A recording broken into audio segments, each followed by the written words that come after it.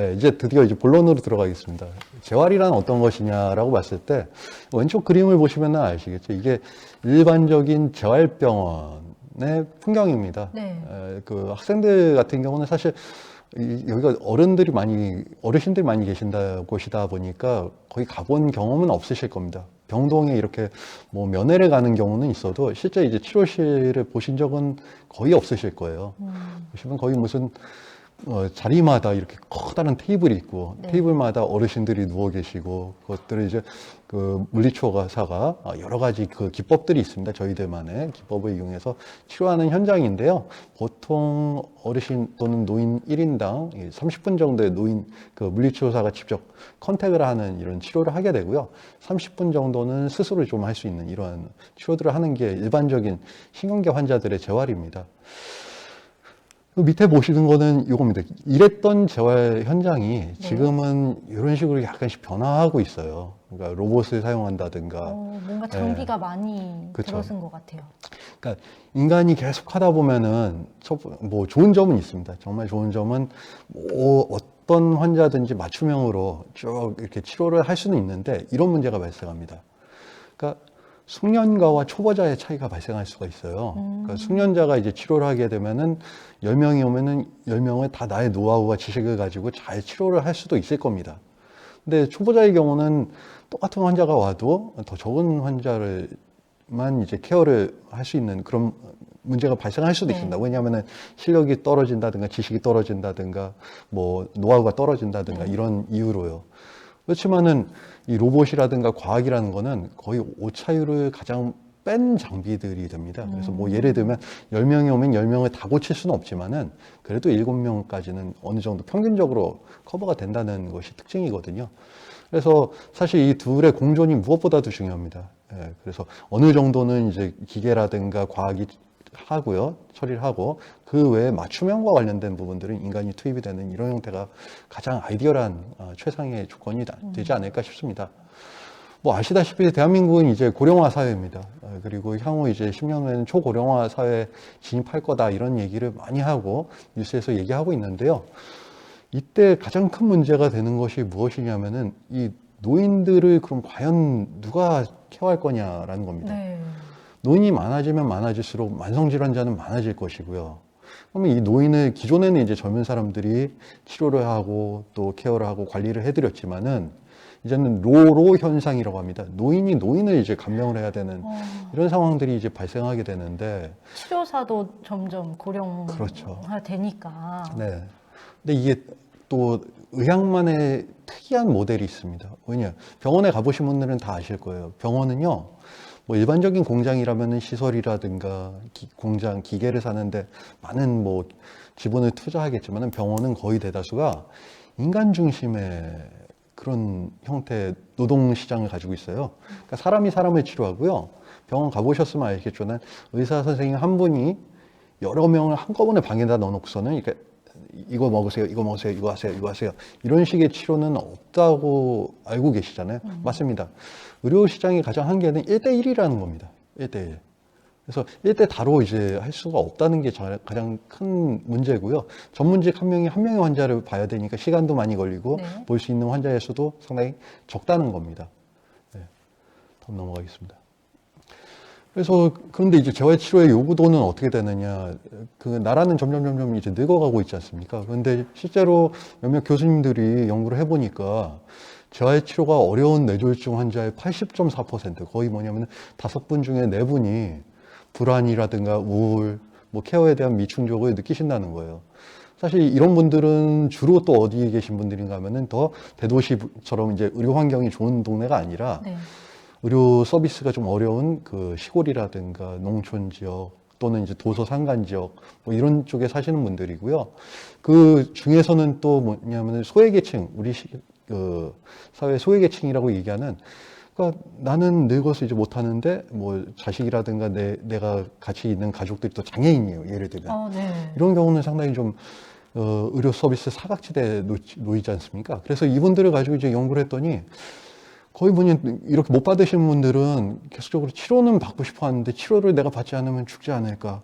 나는 영원히 이렇게 살지 않을까. 이런 것 때문에 상당히 불안해하고 우울해하시는데 우리 사회에 아직 이것들을 해결할 수 있는 방법들이 상당히 떨어진다는 겁니다.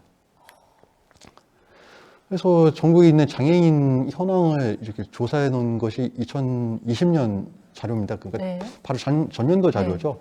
전체 장애인 수를 보게 되면 250만 명 정도니까 네. 우리 사회에 걸어 다니시는 이제 우리가 볼 수 있는 우리 사회의 20명 중에 한 명은 장애인이라는 얘기입니다.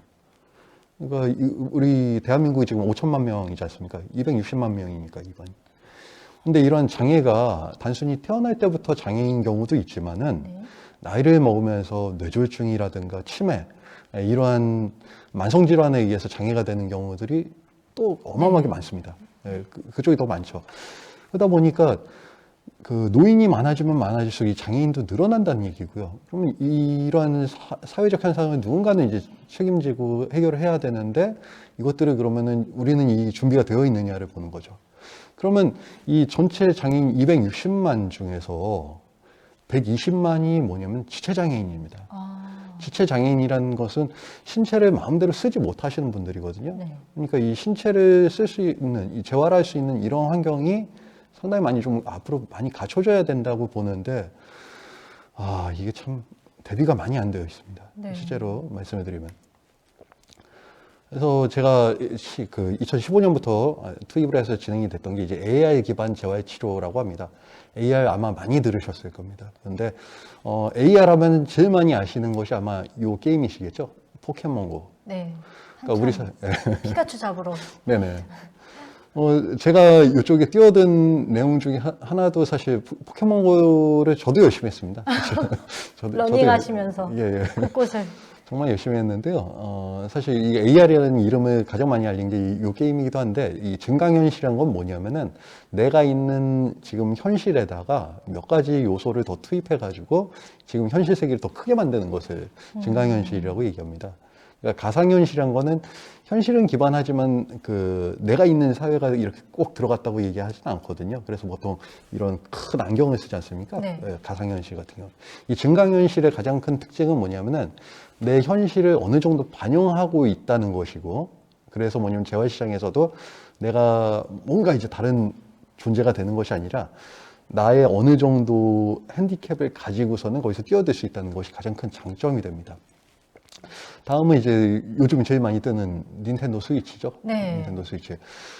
저스트 댄스라는 이 게임 같은 경우는 이제 춤을 얼마나 이제 똑같이 추느냐에 따라서 이제 판정이 됩니다. 네네. 예. 근데 이 포켓몬고와 저스트 댄스, 이 닌텐도 스위치는 크게 다른 차이점을 한 가지를 가지고 있어요. 이거는 뭐냐면 어떻게 인식을 하느냐거든요, 센서가. 그러니까 이 포켓몬고는 스마트폰에 있는 카메라가 각각의 환경을 인식합니다. 그러니까 이런 것들이 이제 광학식 기반의 센싱이라고 얘기를 하고요. 근데 이와 반대로 닌텐도 스위치 해보신 분들은 알겠지만 뭔가를 이 손에 들고서 막 이렇게 흔들거든요. 네. 이거는 뭐냐면 이 손에 든 거 안에 있는 위치 센서가 나의 위치를 기억을 하면서 이제 만드는 겁니다. 그래서 카메라를 활용하느냐 아니면은 위치 센서를 기반으로 하느냐에 따라서 두 가지가 좀 다른데요. 제가 이제 같이 이제 공동 개발하고 계속적으로 그 개발에 참여했던 이러한 증강현실 기반 장치는 사실 이쪽에 카메라가 있습니다. 여기 밑에 카메라. 그래서 광학식을 이제 기반으로 잡는 거고요. 장단점은 있습니다. 왜냐? 카메라로 쏘기 때문에 내가 굳이 뭐냐면은 뭔가를 들거나 다리에 찰 필요가 없어요. 그리고 언제 어디서나 할 수 있다는 게 가장 큰 특징입니다. 그래서 실제로 사람을 이렇게 찍어서 모델을 만들고요. 여기서 모델에서 만들어진 신호를 이렇게 컴퓨터로 이제 가져가는 이러한 과정이 있죠. 그러면 여기에 정말 많은 그 각각의 인체 분절들을 점으로 인식을 해야 하거든요. 네. 제가 뒤에서 보여드리겠습니다. 예, 이것입니다. 그래서 인간은요, 정말 많은 그 관절을 가지고 있어요. 관절이란 건 뭐냐면 뼈와 뼈를 이어주는 곳인데, 뭔가 그 축이 되는 곳입니다. 예를 들면 제가 이런 움직임을 한다고 하면은, 네. 여기가 이제 축이 되는 곳이고, 네. 그렇죠? 여기가 축이 네. 돼서 뼈가 움직이겠죠. 화면 그리고 전체로 움직이고. 그리고 이 축이 항상 관절이 된다는 겁니다. 뭐 다른 예를 들면 뭐 이런 움직임을 할 때 축은 팔꿈치가 여기가 되고, 축이 되고. 그리고 여기가 관절이 된다는 거죠. 네. 그럼 이 각각의 이제 관절을 자동으로 인식을 하고 할 수만 있다 그러면은 관절에서 발생하는 모든 움직임을 잡아낼 수 있다는 겁니다. 그래서 제가 실제적으로 이런 식으로 해서 각각의 관절에 인체에서 큰 점을 자동으로 인식할 수 있는 시스템을 만들었고요. 예. 근데 과거에 이제 이러한 광학식 장치의 가장 큰 문제는 전문가가 이 점을 일일이 찍어줘야 한다는 거였어요. 네. 여기가 어깨인지를 인식을 해야 되고 여기가 팔꿈치인지를 인식을 해야 되는데 네. 장비가 인식을 못 하니까요. 네. 그게 어려운 기술이었죠. 네. 그런데 이것들이 이제는 저와 뭐 다른 다양한 연구팀에 의해서 계속적으로 뭐냐면 이제 공부를 시킨 거죠. 그래서 그 장비가 스스로 여기는 어깨구나, 여기는 팔꿈치구나, 여기는 손목이구나를 인식해서 스스로 이제 점을 이렇게 딱 찍어서 이 각각의 축에서 나오는 각도를 인식을 할 수 있는 그런 시기가 됐고요. 신체 조건이 달라도 그거를 스스로 인식한다는 그렇죠. 말씀이신 거죠? 예, 맞습니다. 그래서 키가 크든 작든 뭐 뚱뚱하든 각각의 인간이 다 이제 관절을 가지고 있는 곳은 몇 가지 특징이 있습니다. 예, 그 특징을 저희가 대입을 해가지고 여기를 관절이라고 인식하게끔 만들었고요. 그리고 거기서 나타나는 움직임들을 이런 식으로 그래프로 이제 볼 수 있게끔 만들었습니다. 그래서 예를 들면 여기서부터 여기까지 움직이면은 이것은 뭐 170도를 움직였다. 뭐 이런 거죠. 각도까지 측정이 그렇죠. 되고. 각도를 스스로 이제 인식할 수 있게끔 했고요. 그래서 총 몇 개 점을 인간에 있는 몇 개 관절을 인식을 하게끔 만들었다면 총 26개 관절입니다. 26개 관절. 예, 26개. 그러니까 머리부터 발끝까지를 다 이제 인식할 수 있게끔 만들었죠. 예. 근데 이제 가장 좀 마지막까지 구현이 어려웠던 거는 서서 하거나 앉아서는 다 인식이 되는데 네. 대한민국의 문화 자체가 좀 방바닥 문화지 않습니까? 네. 그리고 그래서 누워서 하는 거는 이게 쉽지가 않더라고요. 그래서 지금 제가 막 고도하고 있는 것들은 사실은 그 부분까지도 어떻게 한번 만들어 보겠다는 생각으로 진행을 하고 있습니다. 네. 누워서 생활하시는 분들도 있을 수도 있으니까 그 부분을 연구하시는 건가요? 네네. 꼭 앉아서 서서 이제 누워서 이렇게 네. 하시는 부분이? 일단 만약에 내가 무릎 수술을 했어요, 어제. 네. 그러면은 이분은 일단은 서서 생활하는 건 거의 불가능할 겁니다. 네. 예, 그리고 재활을 서서 할 수 있는 재활을 제가 이분한테 이 AI 장비를 통해 가지고 네. 집어넣는 것은 사실 말이 안 되는 일이겠죠. 네. 이분은 아마 병실이나 이런 데 누워서 계실 거고 네. 누워서 바로 이제 수술이 끝나고 사실 우리 피주머니를 뽑으면 3일 후부터 수술 후 3일 후부터 바로 사실은 재활을 할 수가 있어요. 정말 못 빠르게 말씀하시는 분들은 당일부터 재활을 해야 된다. 뭐 이렇게까지 얘기하시는 분들이 있거든요. 근데 재활의 시점이 빨라지면 빨라질수록 회복이 빨라지는 것은 사실입니다. 그래서 이러한 누워 있는 분들까지 어떻게 이렇게 바로 재활을 시킬 수 있느냐를 저는 사실 고도화를 시켜보고 있습니다. 다음에 이제 PHR 기반 재활치료라고 얘기합니다. PHR이라는 건 뭐냐면 개인의 건강 기록에 맞춰서 이제 재활치료를 하는 거죠. 그러니까 모든 사람이 다 건강의 형태가 다를 것입니다. 그거를 저는 이렇게 좀 요인별로 이렇게 나눴거든요. 그래서 뭐 신체적인 능력 같은 경우는 근력, 그러니까 근육의 힘이 센 사람도 있을 것이고, 지구력이 좋은 사람도 있을 것이고, 균형 능력이 좋은 사람도 있을 것이고, 유연성이 좋은 사람도 있을 것이고, 뭐 또는 심폐지구력 해가지고 내가 유산소성 능력이 좋은 사람도 있을 겁니다. 근데 사실 책을 보면은 각각의 사람들이 다 똑같은 재활치료를 받고 있거든요. 그러니까 이거를 해결해 주기 위해서 치료사 선생님이 가셔가지고 요거를 조금 더 많이 하십시오. 요건 좀 덜 하셔도 됩니다. 이 운동 위주로 하십시오라고 얘기를 하는데 이런 것들을 실제로 서버를 통해서 계속적으로 저장을 하고 이 사람이 올 때마다 운동은 사실 똑같이만 하면 안 됩니다. 점증성의 원리라는 게 뭐냐면 조금씩 운동을 어렵게 만들어야 이 사람이 더 증진이 되거든요. 이 사람한테 재활에 있어서 가장 필요한 요인이 뭐냐를 파악을 해서 사람이 올 때마다 그 부분을 점점 증가를 시켜서 결론적으로는 이 그래프처럼 모든 요인들이 다 강화가 되게끔 만드는 것이 이제 PHI 기반 재활치료라고 합니다. 이건 단순히 이러한 신체 얘기를 제가 말씀드렸지만은 인지의 부분도 동일합니다. 뭐 집중력이라든가 기억이라든가 또는 동작 지능이라든가 또는 감정 뭐 이런 것들이 있는데 어떤 분들은 기억력은 좋은데 집중을 잘 못해요. 그러면 이런 분들은 기억력 훈련을 굳이 할 필요는 없지 않습니까? 네. 그러면 모든 재활에 투자되는 시간에 집중력이라든가 이런 데다가 투자를 하는 게 가장 효율적인 재활이 되겠죠. 그런 것들을 지속적으로 만들고 있습니다. 네, 그러면 여기서 사전 질문 한번 받았던 거 말씀드리고 싶은데요. 지하신님께서 재활치료의 경우 환자의 치료 목적으로 훨씬 전문적이고 섬세한 피드백이 필요할 것 같은데요. 손으로 만져보고 알게 되는 증상들도 있을 거라 생각됩니다. 이런 부분들이 언택트로 모두 해결할 수 있을까요? 결국 온오프라인 동시 치료가 이루어지는 건가요? 라는 질문을 해주셨는데요. 그러면 이런 것들이 사전에 개인 의료 정보 이런 네. 것들을 취합을 해서 혹시 이렇게 치료를 하게 된다는 건지 한번 이 부분 설명해 주실 수 있을까요? 예, 아주 날카로운 질문이신데요. 예. 결론적으로 온오프라인으로 가는 것이 어느 정도일 겁니다. 근데 그 이후에는 어떻게 될지는 누구도 확신은 못 하는데 치료에 대해서 일단은 기본적인 개념을 제가 좀 드리겠습니다. 재활 치료는 기본적으로 내가 꼭 해야만 하는 액티브, 그러니까 능동적인 것들이 있고요. 그러니까 예를 들면은 뭐 아령을 들고 하는 운동 같은 경우입니다. 그다음에 두 번째는 뭐냐면 패시브, 수동적이라는 건 뭐냐면 남이 나에게 해주는 치료가 있어요.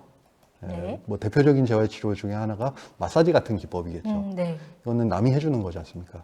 그래서 이 능동적인 거 같은 경우는 누군가가 나에게 아령을 쥐어주고서는 밤새도록 뭐 이렇게 했다고 움직였다고 해서 저의 근육이 튀어나오진 않을 겁니다.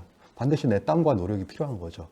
예, 이러한 영역이 전체 재활 치료 중에서 뭐 질환마다는 차이는 있겠지만은 약 60에서 70% 정도를 가지고 있습니다. 그러면 이 부분을 지금 AR이라든가 이런 걸로 커버가 가능하다는 얘기입니다. 그렇죠? 그럼 나머지 이제 패시브, 그러니까 누군가가 나에게 해줘야 되는 것은 그러면 어떻게 해야 되느냐를 좀 그 질문자가 하신 거와 거의 좀 일맥상통한 내용이라고 생각하는데요. 그런 것들은 지금은 아마 병원이라든가 또는 전문가가 집에 오는 형태로 갈 것입니다. 아, 집에 오는 예, 예. 형태로. 하지만 시간이 흘러가게 되면은요, 이 부분도 어느 정도 로봇으로 대체될 가능성은 있습니다. 근데 지금 현재는 제가 이만큼이 될 것이다, 완전히 온오프가 같이 가야 된다라고 얘기하기도 어렵고, 네. 온라인으로 전부 다 바뀔 수 있다도 얘기하기는 좀 어려운 상황입니다. 네. 네.